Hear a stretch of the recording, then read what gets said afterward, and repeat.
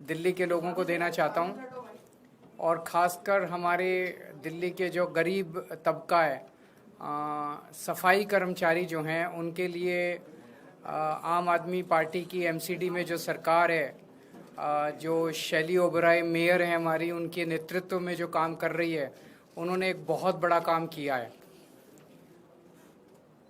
18 साल से, पिछले 18 साल से एमसीडी के अंदर सफाई कर्मचारियों को तो क्या, किसी भी कर्मचारी को टाइम पे तनख्वाह नहीं मिलती थी। 18 साल पहले होता था कि लोगों को महीने की तनख्वाह महीने में मिला करती थी, लेकिन उसके बाद नगर निगम में बीजेपी आई और बीजेपी के कार्यकाल के दौरान 6-6 महीने, 8-8 महीने लोगों को तनख्वाह नहीं मिलती थी टाइम पे। अपनी तनख्वाह तक लेने के लिए लोगों को धरने प्रदर्शन करने पड़ते थे। हम देखते थे कि 70-80% टाइम लोगों का धरने प्रदर्शन करने में जाता था, और धरने प्रदर्शन भी कोई बड़ी मांग के लिए नहीं, अपनी तनख्वाह लेने के लिए कर्मचारी धरने प्रदर्शन किया करते थे। तो इतना ज़्यादा भ्रष्टाचार था कि सारा पैसा भ्रष्टाचार के उस पर चढ़ जाता था। पिछले 2 साल से हमारी सरकार है नगर निगम के अंदर, और 2 साल से लोगों को हर महीने के पहले हफ्ते उनके अकाउंट में तनख्वाह आ जाती है। पिछले 2 साल में एक भी इंसिडेंट ऐसा नहीं हुआ जब सफाई कर्मचारियों को धरना प्रदर्शन या हड़ताल करनी पड़ी हो। जबकि उसके पहले 15 साल जब बीजेपी की सरकार थी, आप उठा के देख लीजिए कि लगभग सफाई कर्मचारी, दूसरे कर्मचारी हड़ताल पे ही रहते थे, काम पे कम रहते थे, हड़ताल पे ज़्यादा रहते थे। लेकिन पिछले 2 साल में हड़ताल नहीं करनी पड़ी अपनी तनख्वाह लेने के लिए, हर महीने के पहले हफ्ते उनकी तनख्वाह आ जाती है। आज जो मैं आपको बड़ी खबर देने जा रहा हूँ वो ये है कि अभी 31 अक्टूबर हुआ नहीं है, ये महीना पूरा हुआ नहीं है। 1 नवंबर के बाद तनख्वाह मिलनी थी।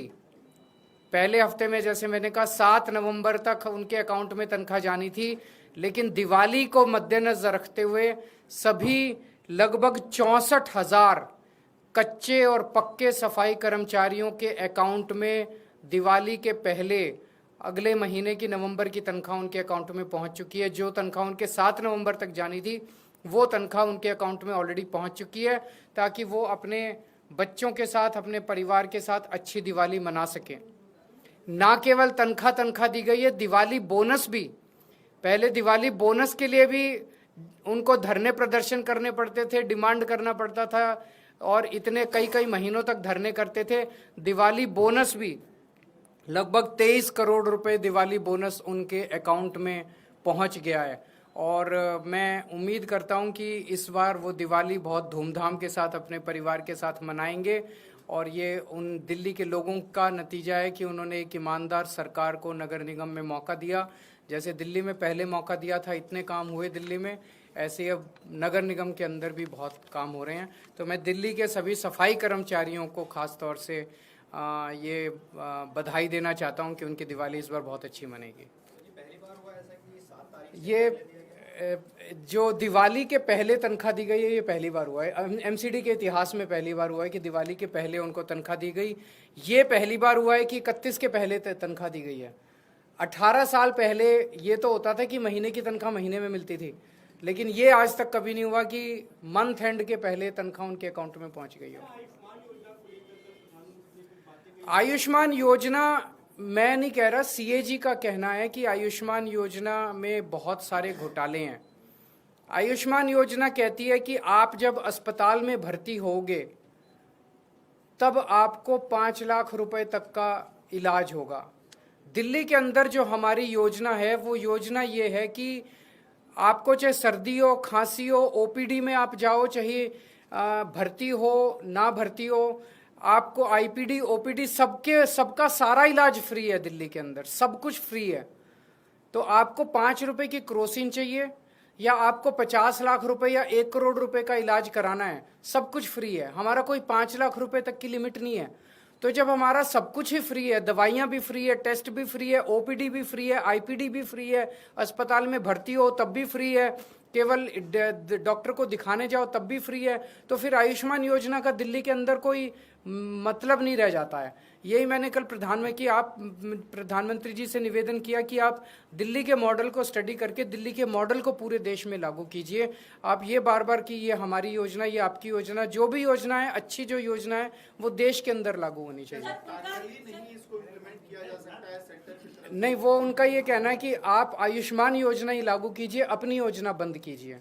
हमने उनसे बात की थी, तो हम अपनी योजना, जिसमें अगर किसी का 20 लाख का भी ऑपरेशन होता है वो भी हम फ्री करते हैं।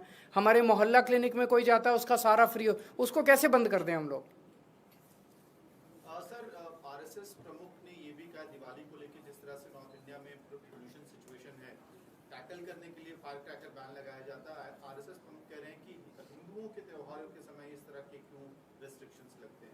तो ये तो सभी, सुप्रीम कोर्ट का भी कहना है, हाई कोर्ट का भी कहना है, सभी कोर्ट्स का कहना है कि प्रदूषण के मद्देनज़र जो है हमें पटाखे नहीं, हमें दिए जलाने चाहिए। ये लाइट्स का त्यौहार है, ये दिए जला के, मोमबत्ती जला के हम अपना त्यौहार मनाएं, ना कि पटाखे जलाएं। पटाखे जलाने से प्रदूषण होता है। प्रदूषण से कोई ऐसा नहीं है कि किसी पे एहसान कर रहे हैं, हम अपने ऊपर ही एहसान कर रहे हैं। जो प्रदूषण होगा वो हम ही उससे भुगतेंगे, हमारे बच्चे ही, छोटे छोटे बच्चे, वही उससे भुगतेंगे। तो इसमें कोई हिंदू और मुसलमान और इसका कोई वो नहीं है। सबकी सांसें ज़रूरी है, सबकी ज़िंदगी ज़रूरी है। Thank you.